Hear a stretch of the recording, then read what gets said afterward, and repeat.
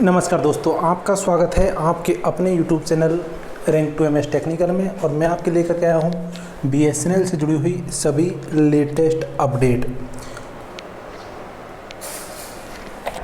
तो खबरों की शुरुआत में सबसे पहले तो हम आपको बता दें कि BSNL 4G को लेकर कि BSNL 4G VRS और BSNL के कर्मचारियों की सैलरी को लेकर के खास मुद्दों पर हुई BSNL के CMD की श्री PK पुरवार जी के साथ बातचीत के कुछ अंश यहाँ पर आपको बताए जाएंगे कि क्या कहा है BSNL के CMD श्री PK पुरवार जी ने BSNL की सैलरी के बारे में, BSNL 4G के बारे में और अभी सभी अब तक की लेटेस्ट खास खबरों को भी हम इस वीडियो में देखेंगे, जो जुड़ी हुई है BSNL यूनियन से, BSNL के न्यूज़पेपर्स से और साथ ही BSNL के जो ऑफिशियल अपडेट्स हैं उनको भी हम यहाँ पर देखेंगे कि कब तक 4th इंस्टॉलमेंट का भुगतान हो पाएगा और कब तक आएगी BSNL कर्मचारियों की सैलरी।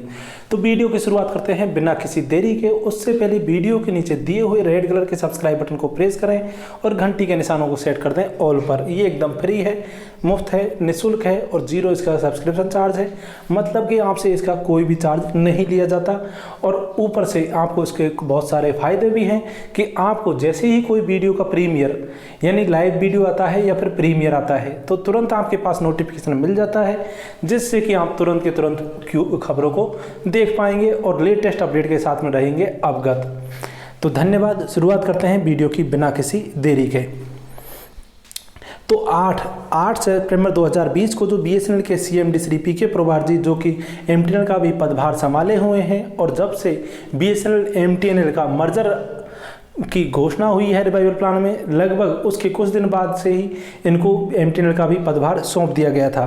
तो BSNL से जो मुलाकात में BSNL 4G सेवाओं से रिलेटेड जो जानकारी है उसको साझा करते हुए उन्होंने बताया कि जो विशेषज्ञ कमेटी बनाई गई थी जिसकी रिपोर्ट सरकार को हाल ही में मिली है, उसमें उन्होंने ये रिपोर्ट सौंपी गई थी कि BSNL 4G अब इंडिजीनियस यानी कि भारत द्वारा निर्माण किए हुए स्वदेशी कोर उपकरणों की मदद से BSNL 4G आएगा, जिसकी वजह से निकट भविष्य में 4G सेवाओं में देरी हो सकती है। और यहाँ पर हमें देखना होगा कि कैसे हम 4G सेवाओं के बारे में BSNL पर भेदभावपूर्ण स्थितियाँ न डालने के लिए सरकार पर दबाव डाल सकते हैं। आपको हम बता दें कि जब BSNL के CMD से BSNL यूनियन ने खास मुलाकात में ये बताया कि हम केरल जैसे कुछ सर्किलों में 3G नेटवर्क में 4G देने की यहाँ पर बात की जा रही है। ऐसा बताया जा रहा है कि MNP के आंकड़े अब कम आ रहे हैं, ज़्यादा टेलीकॉम कंपनियों की भीड़ भाड़ होने की वजह से। और CMD से ये अनुरोध किया गया कि 5 मेगाहर्ट्ज का जो स्पेक्ट्रम है 4G स्पेक्ट्रम, उसका उपयोग करके और अप्रयुक्त सॉफ्टवेयर लाइसेंसों को परिवर्तित करके 3G और 4G RAN को वृद्धि पर विचार करें। इसके बाद ग्राहक जोड़ने और पोर्ट में सुधार का विश्लेषण किया जा सकता है और यदि यह सफल रहता है, जो कि रहेगा, तो इसे अन्य सर्किलों में भी लागू किया जा सकता है। CMD ने हमें मांग के अनुसार नेटवर्क उपलब्धता और डेटा इंजेक्शन को आसान बनाने के लिए सकारात्मक कार्रवाई का वादा भी किया। 2G लाइसेंस विस्तार पर CMD ने बताया कि इस संबंध में DOT के साथ चर्चा चल रही है। जैसा कि आपको पता है कि BSNL का जो 2G लाइसेंस फी जमा कराने की बात थी, तो वो अभी तक भी जमा नहीं हो पाया है, जिसकी वजह से उसके लाइसेंस रद्द होने की बात कही जा रही थी। ये न्यूज़ काफ़ी पुरानी थी, लेकिन अब इसमें इसके 2G लाइसेंस विस्तार पर भी BSNL की यूनियंस ने चर्चा की है कि CMD ने ये बताया कि DOT से इससे रिलेटेड बातचीत चल रही है और जल्द ही इसका लाइसेंस मिल जाएगा।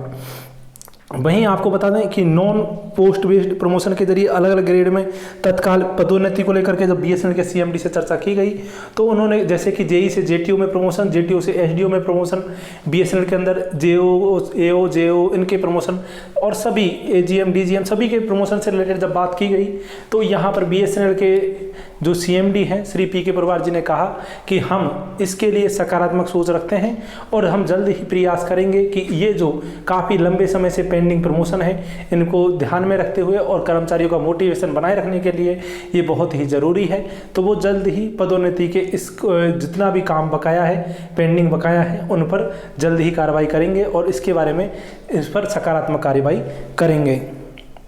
वहीं बीएसएनएल के कर्मचारियों के लिए सबसे बड़ी खुशखबरी है कि बीएसएनएल ने अपने बकाया के 10% का भुगतान विक्रेताओं को दे दिया है। तो जैसा कि आपको पता होगा कि नोकिया, जेटी, एरिक्सन, हुवेई, इन सब का लगभग भुगतान काफ़ी दिनों से पेंडिंग है और लगभग 10,000 से 20,000 करोड़ रुपए का भुगतान पेंडिंग था, जिसका धीरे धीरे जब बीएसएनएल को 70,000 करोड़ रुपए का रिवाइवल पैकेज दिया गया तो तब से ये इसका धीरे धीरे भुगतान होना शुरू हो गया था। और अब ये इस स्थिति पर आ गए थे कि कुछ समय पहले जब हम ने न्यूज़ दी थी तो जिसमें बताया था कि लगभग 100 करोड़ रुपए से भी कम का पेंडिंग ड्यूज रह गया है, जो कि दिसंबर के अंत तक इसका भुगतान हो जाएगा।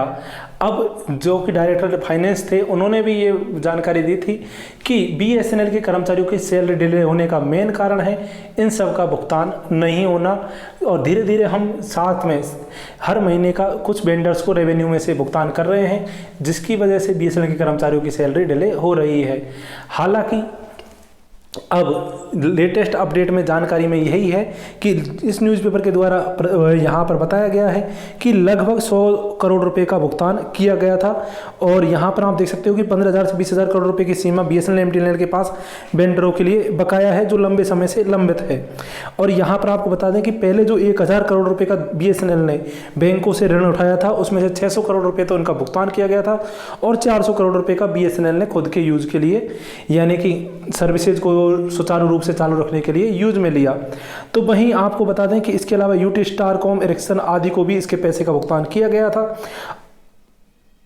वेंडर्स के बकाया होने की भी खबर पहले आपने देखी होगी कि नोकिया ने पहले अल्टीमेटम दिया था कि हम कोविड-19 में अब अपने कर्मचारियों का भुगतान नहीं कर पा रहे हैं, अगर बीएसएनएल कुछ भुगतान नहीं करेगा तो हम अपने कर्मचारियों की संख्या में कटौती कर देंगे, जिससे कि सर्विसेज प्रभावित हो सकती हैं।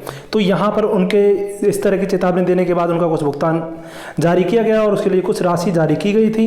कंपनी समर्थन प्रदान करना जारी रखती है। उसके बाद में नोकिया ने अपना सपोर्ट जारी रखा। और यहाँ पर आपको बता दें कि पिछले साल अक्टूबर में जो 70,000 करोड़ रुपए का पुनरुद्धार पैकेज के बावजूद बीएसएनएल अभी भी घाटे में ही है और चुनौतियों का सामना करना पड़ रहा है बीएसएनएल को, एवं वेतन भी वो टाइम पर नहीं दे पा रही है। 4G के अभाव में कंपनी का राजस्व भी नहीं बढ़ रहा है। तो इसी को लेकर के बीएसएनएल के सीएमडी से ये खास बातचीत की गई थी। तो उसी से रिलेटेड न्यूज़पेपर में भी कुछ उससे जुड़ी हुई खबरें प्रकाशित हुई। भूमि इसमें आपको बता दें कि रिवाइवल प्लान में जो लैंड मोनेटाइजेशन है उसके रिलेटेड तो लेटेस्ट अपडेट में यही है कि लैंड मोनेटाइजेशन के जो कुछ जो ज़मीन है वो तो जैसे बिल्डिंग्स है, ज़मीन है बीएसएनएल की, वो सब मोनेटाइज करने के लिए नामित कर दी गई है, चिन्हित कर दी गई है। और लेकिन अभी असेट और टावर के असेट्स के रूप में टावर और फाइबर का मोनेटाइजेशन की भी बात चल रही है।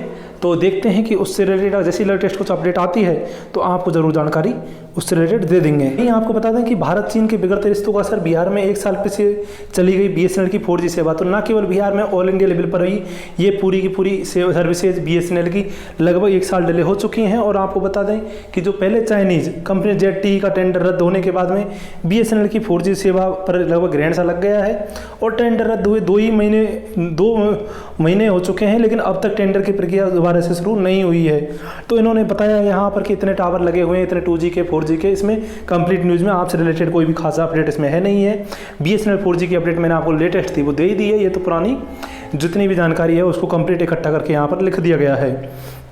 सबसे खास अपडेट में इस न्यूज़पेपर में ये अपडेट दिया है भारत नेट परियोजना से जुड़ी हुई खास जानकारी कि ये बीएसएनएल के लिए बहुत बड़ी खुशखबरी वाली बात है कि जो भारत नेट परियोजना चल रही है बीएसएनएल के अंदर, वो विश्व की ही, न केवल इंडिया की, विश्व की ही सबसे बड़ी परियोजना है। जैसा कि आप यहाँ पर देख पाओगे, ये देखिए यहाँ पर बता दिया गया है कि भारत नेट परियोजना कई जगहों पर बाधित है। बीएसएनएल की भारत नेट परियोजना भी इसकी वजह से बीएसएनएल 4G कई जगह पर बाधित है। भारत नेट परियोजना के तहत 11,000 ग्राम पंचायतों में ऑप्टिकल फाइबर के माध्यम से ब्रॉडबैंड सेवाएं दी जानी है। बीएसएनएल द्वारा 5,041 पंचायतों में ऑप्टिकल फाइबर केबल बिछाया जा चुका है और 5,067 जगहों पर टेस्टिंग का काम चल रहा है। इसके अलावा भारत नेट योजना गाँव में रहने वाले लोगों को ऑप्टिकल फाइबर से 100 Mbps तक की स्पीड देगी। इससे e education, medicine, e commerce, right to service panchayat में ही मिलेगी। इसका मतलब जाति प्रमाण पत्र, आय प्रमाण पत्र, ये सब आपको सिटी में नहीं जाना पड़ेगा, आपके घर बैठे यानी कि आपके गांव में ही ये सब हो जाएगा। साथ ही आपको ई चौपाल भी वहां पर लगेगी। राज्य में 11,000 पंचायतों में ऑप्टिकल फाइबर बिछाए जाने हैं। और सबसे बड़ी खबर कि ये विश्व की सबसे बड़ी योजना है। आप देख सकते हो जैसा यहाँ पर अपडेट दी हुई है, ये विश्व की सबसे बड़ी योजना है और इसके माध्यम से लोगों को सरलता से पहुंच सकते हैं एक दूसरे के पास में, सबसे सरल माध्यम से लोगों तक पहुंचा जा सकेगा। वहीं दूसरी सबसे बड़ी खुशखबरी है कि BSNL पर अब नज़र गड़ाए हुए टेक महिंद्रा का कहना है कि पूर्ण रूप से 4G और 5G का नेटवर्क का निर्माण कर और संचालन वो कर सकते हैं। सुप्रीम कोर्ट सीधे टेलीकॉम सेक्टर से AGR बकाया वसूलने के लिए सीधे अधिकारियों की याचिका को खारिज करता है। तो यहाँ पर आपको बता दें कि टेलीकॉम कंपनीज जो हैं वोडाफोन आइडिया और एयरटेल, उनसे 10 साल तक का टाइम टेबल उनका बढ़ा दिया गया है कि विदिन 10 ईयर के अंदर उन्हें उसका संपूर्ण भुगतान करना होगा। अब ये क्लियरिफाई हो गया है कि अब उनको तुरंत भुगतान नहीं करना होगा और उनके लिए 10 साल का समय दिया गया है। वहीं आपको बता दें कि BRS ऑप्टीज से जुड़ी हुई खास अपडेट में इतना ही है कि उनकी 4th इंस्टॉलमेंट का भुगतान शीघ्र ही हो जाएगा, क्योंकि उनके द्वारा जो BSNL के द्वारा कंप्लीट रिपोर्ट सौंप दी गई है DOT को, और DOT के द्वारा जैसे ही फंड रिलीज होगा आपका पैसा आपके अकाउंट में आ जाएगा। सैलरी आपकी आएगी 21 तारीख को, और यानी कि जो पिछले महीने की अगस्त महीने की सैलरी 21 सितंबर को आ जाएगी। सितंबर मंथ की टाइमली नहीं आ पाएगी। वहीं अगर बात करें कॉन्ट्रैक्टर वर्कर्स की तो उनका लगभग 2 महीने का पेमेंट इस महीने कर दिया जाएगा, ऐसे चांसेस हैं। अब देखते हैं कि क्या हो पाता है क्या नहीं हो पाता। अगर ये जैसे ही कोई लेटेस्ट अपडेट मिलती है खास करके कॉन्ट्रैक्टर वर्कर्स के लिए, तो तुरंत उससे रिलेटेड जानकारी मैं आपको यहाँ पर प्रोवाइड करा दूंगा। तो वीडियो को लाइक करें, दोस्तों के साथ शेयर करें, ज़्यादा से ज़्यादा फेसबुक, व्हाट्सएप, टेलीग्राम ग्रुप पर, और चैनल को सब्सक्राइब करें। धन्यवाद।